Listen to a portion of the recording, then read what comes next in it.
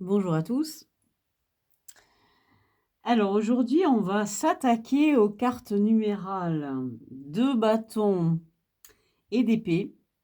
Alors, j'ai choisi comme guide pour cette vidéo le tarot de Viéville.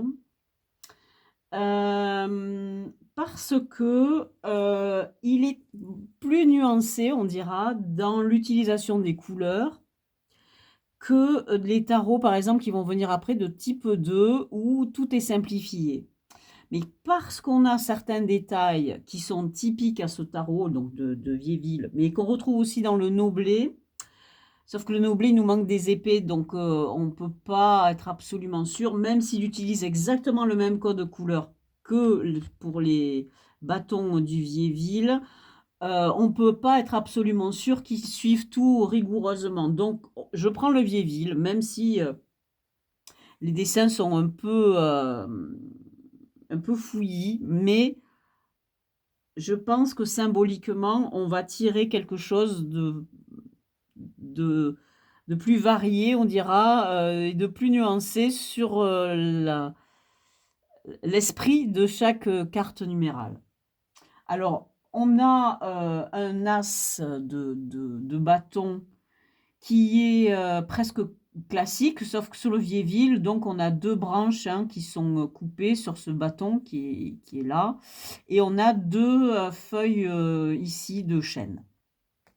Donc là, rien de spécial, on interprète évidemment cet as de bâton comme on le doit, donc les bâtons étant la suite qui, pour moi, touche à l'énergie créatrice et l'énergie sexuelle, la force d'entreprendre, etc. Alors, ici, on a le 2 de bâton. Et 2 de bâton, on a les bâtons qui sont entièrement bleus, ce qui ne se voit pas dans le type 2, avec des petites attaches ici qui sont rouges. Donc, on est ici dans le monde de la réflexion, puisque dans le tarot de Marseille, cette espèce de bleu ciel, gris-bleu, c'est ce qui symbolise l'esprit. Donc on est dans le 2, donc dans l'idée de concevoir quelque chose, on remarque qu'on a quelque chose de très équilibré dans la manière dont la carte est illustrée. Alors bien sûr, on va voir que plus il va y avoir de bâtons qui vont s'accumuler, et moins il y aura de place pour les illustrations végétales qui composent la carte. Mais bon, cette carte est particulièrement harmonieuse et équilibrée. Quand on arrive au 3, hop, on a tout à coup une explosion. Là, on voit vraiment, il y en a dans tous les sens. C'est-à-dire qu'on garde cette idée de bâton bleu, mais à l'endroit où ces bâtons se croisent, on a ici du rouge.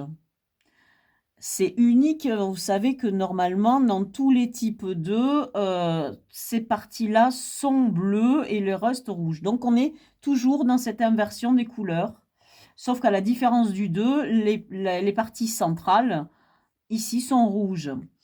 On voit donc une explosion au niveau des fleurs. On a donc des fleurs qui naissent ici en haut et en bas de la canne centrale, et des énormes fleurs qui partent du centre de la carte. Donc on est bien dans une idée où on est toujours dans l'esprit avec ces bâtons bleus qui nous rappellent ça, mais on a une explosion qui montre que là, au niveau de l'esprit, il y a une idée de création et d'idées qui germent et qui explosent. C'est une idée de compréhension des choses et d'apprendre à discerner, etc. C'est le début de l'apprentissage, en gros. Hein. Donc une magnifique carte. Quand on arrive au 4, on a quelque chose qui redevient à peu près comme le 2, c'est-à-dire qui est plus simple, une fleur en haut, une fleur en bas, celle du haut étant jaune, donc doré, c'est la couleur du spirituel, du monde spirituel. Et là, on retrouve la position des couleurs qui est proche type 2, donc avec la partie centrale en bleu et le reste des bâtons en rouge. Dans la signification de la carte, on est donc toujours dans cette idée, dans le 4, hein, de la stabilité, quelque chose d'établi, etc. On arrive au 5, et au 5, là, il se passe quelque chose. Alors, on a ces petites fleurs qui sont typiques du Viéville. On les voit dans, par exemple, le 10 de coupe, qui normalement est très neutre sur les autres jeux. Et bien, sur le Viéville, sur le 10 de coupe, on a, je vais vous le montrer parce que je l'ai sous les yeux, on a ça. C'est magnifique, hein.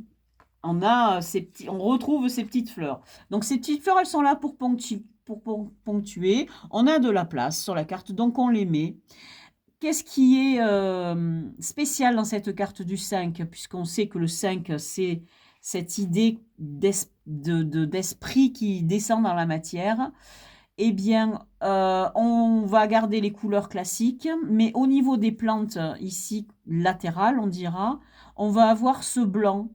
Et le blanc, on sait que, enfin, dans le tarot, c'est la couleur qui représente la pureté, l'innocence et le divin. D'où les mains blanches, par exemple, qui est la main qui signe la main de Dieu.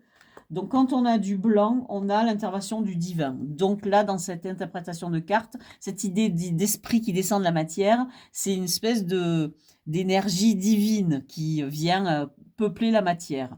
Et là, on va avoir deux cartes qui portent une espèce de structure un peu étrange, qui ressemble plus à des fruits qu'à des fleurs. Donc, on voit vraiment qu'on a quelque chose qui se passe ici de différent.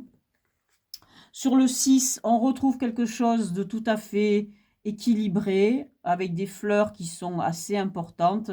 Et sur les côtés, on a quelque chose qui germe à nouveau. Une plante, là, on voit les feuilles sont en train de se développer, ne sont pas terminées. On a des tortillons. Et là, on a des espèces de fleurs qui ne sont pas terminées non plus. On arrive au 7.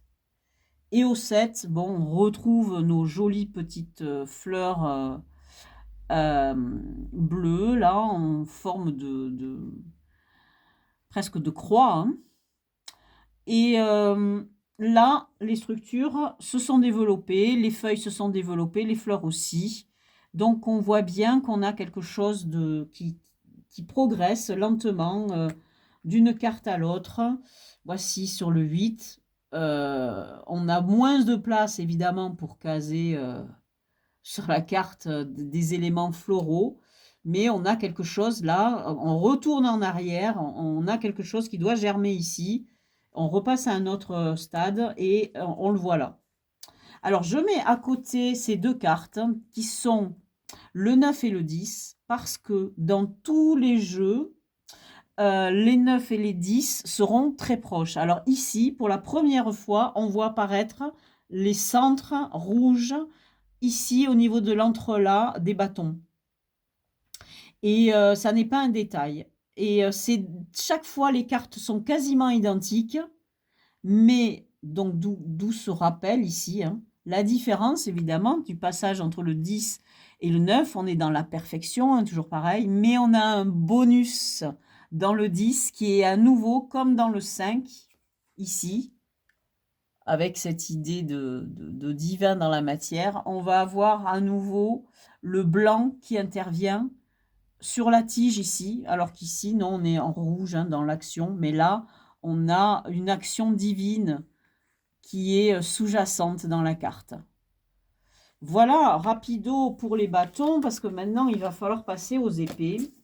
Et donc, dans les épées, exactement comme pour les bâtons, on va voir des codes bien spécifiques au niveau des couleurs. Donc, l'épée, l'as d'épée va être gris.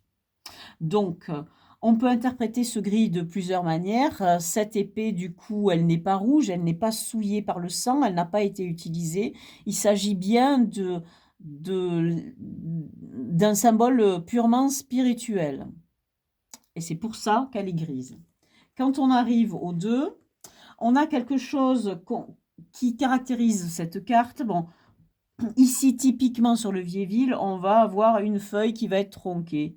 Alors ça, c'est un petit peu un petit peu un rappel à tout ce qui touche un petit peu au symbolisme euh, lié à l'alchimie. C'est-à-dire que quand les choses sont regroupées par quatre, la quatrième est toujours différente des trois autres.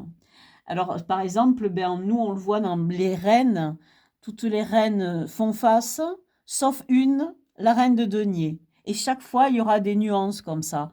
Les chevaliers vont tous regarder vers le passé, on dira tous chevaucher vers le passé, sauf le chevalier de denier qui lui va aller, etc.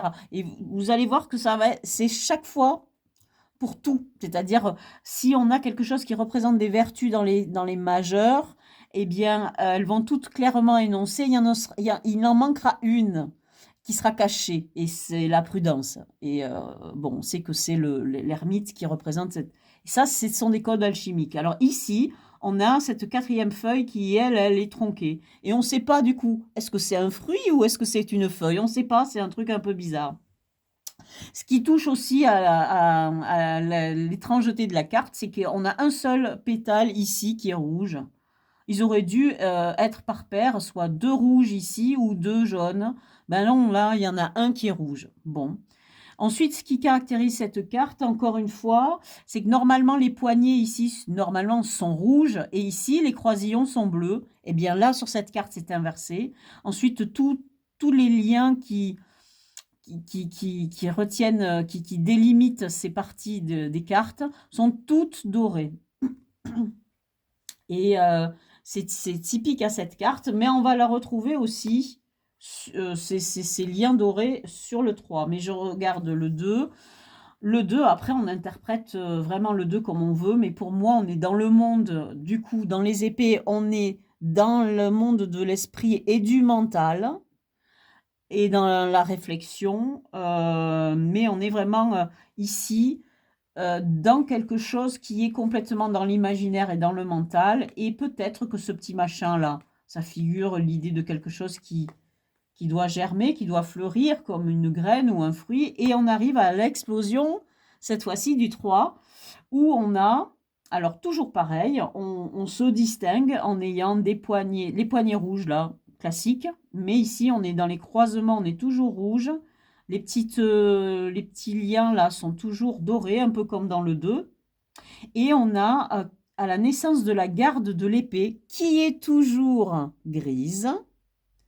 Donc, on est toujours dans cette idée que cette épée, elle n'a pas trempé dans l'action, elle n'a pas trempé dans le sang, on est toujours purement dans la réflexion, mais là, on a des plantes qui se développent au niveau de cette épée, et donc au centre de la carte, qui suggèrent, encore une fois, quelque chose qui se développe et qui germe. C'est l'explosion, en gros, du 3.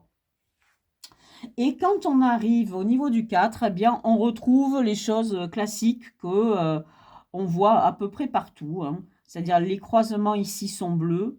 Bon, là, ici, on a du doré, alors que normalement, partout ailleurs, ça sera bleu, hein. Donc ça, c'est encore quelque chose qui se distingue. On va avoir une fleur ici qui n'est pas complètement éclose, mais qui est déjà d'une bonne taille. Ici, quand on va arriver dans la carte du 5, eh bien, c'est là qu'il va se passer quelque chose, parce que le 5, c'est la carte donc de l'esprit qui descend dans la matière, de quelque chose qui va bouleverser ce 4, bien stable, et qui va propulser les choses vers un niveau supérieur. Alors, cette épée, elle devient rouge, mais elle a la pointe de l'épée qui est blanche. Alors, sur d'autres jeux, alors le noblé, ça sera jaune, hein, la pointe de l'épée.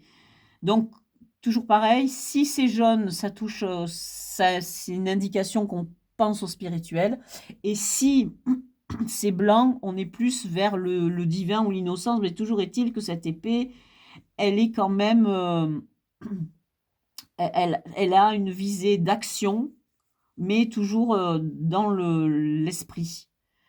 Et on a au niveau de la garde de l'épée des plantes complètement dorées avec des bouts verts ici en haut qui poussent. Donc on est vraiment dans cette idée de naissance, quelque chose de spirituel. Dans ce monde de l'esprit, on a et du mental, on a le bonus spirituel qui naît. Dans le 6, eh bien là, on va être complètement dans la norme. Donc, c'est-à-dire que tout ça, ça va être bleu. Aussi quelque chose de typique, ce jeu qu'on va retrouver dans le Noblet, mais qu'on ne retrouvera pas ailleurs, c'est l'idée de colorier en jaune toutes les parties ici, là, entre les épées.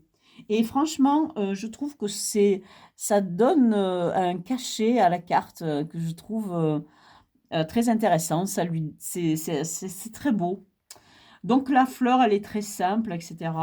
Bon, sur cette carte, il n'y a qu'une espèce d'harmonie qui naît. Quand on arrive au 7, on a toujours cette épée qui reste rouge, mais cette fois-ci qui est complètement rouge. Donc on est donc dans le monde du mental, on est dans l'action. Au niveau du 8, on va retrouver cette fleur centrale, hein, mais qui sera à la fois teintée des couleurs du mental et de la spiritualité, de l'esprit et de la spiritualité. Quand on va arriver au 9 et au 10, eh bien le 9, on aura quelque chose de tout à fait normal et conventionnel, logique. Mais au niveau du 10, on va avoir à nouveau les épées bleues, mais ces épées bleues, on les retrouvera dans tous les autres tarots, type 1 et type 2, donc rien d'exceptionnel là. Mais alors après, on va pouvoir voir des petites nuances, mais au niveau des petites fleurs qui se retrouvent ici aux angles des cartes. Voilà, ici. Donc dans ce jeu, ici, on va avoir des boutons de rose, ça représente des boutons de rose, hein, donc avec des sépales verts et des boutons rouges sur toutes les fleurs, mais pas ici. Ici, on va être entre bleu et rouge et on va avoir une fleur exceptionnelle sur les 4. Et bien, il y en aura une qui sera différente, elle sera toute bleue. Ici, elles seront toutes identiques, mais cette fois-ci, elles seront jaunes avec les fleurs bleues. Et après, on va commencer à avoir quelque chose d'un peu différent. On va les voir ici, de ce côté, du côté du passé, seront vertes. Du côté de l'avenir, elles seront bleues. Et à partir du 5, tout change. On a une espèce d'alternative et les couleurs sont toutes croisées. Ce qui fait que si on retourne la carte, on aura le même sens en fait. Donc on a les bleus ici, les verts là, sur cette carte du 6. Et inversement, on va renverser les axes autrement. Les bleus seront sur cet axe et les verts là. Et quand on va arriver au niveau du 8, on va devoir à nouveau inverser, se retrouver comme sur le 6, dans le même ordre de couleurs. Donc bleu et vert. Et quand on sera au niveau du 9, ben on va garder le même sens, mais après, sur le 10, on réinversera à nouveau ces axes. Donc, on a des petites nuances comme ça de couleurs sur toutes les cartes qu'on peut, qui peuvent nous servir à interpréter après individuellement quand on les case dans les tirages. Ce sont des petits détails, hein, mais surtout pour moi, ce qui compte, c'est la couleur des épées, qui est un indicatif très important. Donc on voit bien qu'il y a une alternance, hein. Il y a en gros 2 épées rouges et l'As, le 3 et le 10, ce ne sont que des épées grises. Et l'exceptionnel, celle qui se met à part des autres, c'est l'épée du 5 qui, elle, va avoir une pointe qui va être blanche. Alors sur certains jeux, elle sera sur le Noblet, donc elle va être jaune. Sur les autres séries des épées, eh bien cette épée là bicolore, à la lame bicolore, donc rouge à la pointe dorée ou à la pointe brillante, elle peut être jaune, elle peut être représentée de manière différente. Ça sera toujours sur évidemment une carte impaire, puisque les épées ne sont que sur les cartes impaires, mais ça sera soit le 5, soit le 7 ou le 9. Donc sur le dodal, ça sera le 9.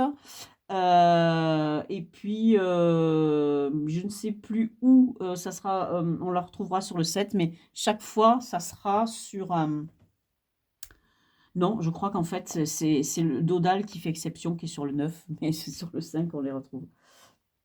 Voilà ces petites nuances.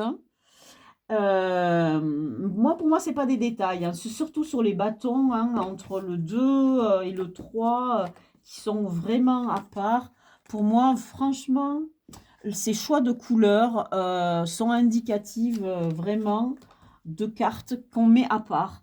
Et à noter aussi ces très beaux effets végétaux sur le 3 et sur le 5 d'épée. Alors bien sûr, sur le 3 d'épée, on va retrouver ici parfois sur les types 2, des feuilles, des rameaux d'olivier, hein. Mais sur certains jeux, on va rien trouver, on va trouver une épée nue. Sauf que on aura des nuances qui apparaîtront ailleurs sur la carte, par exemple la couleur au niveau des gardes des épées, etc. Il y aura toujours quelque chose qui fera que le 3 se distinguera par rapport aux autres. Alors par exemple ici justement sur ce jeu qui est le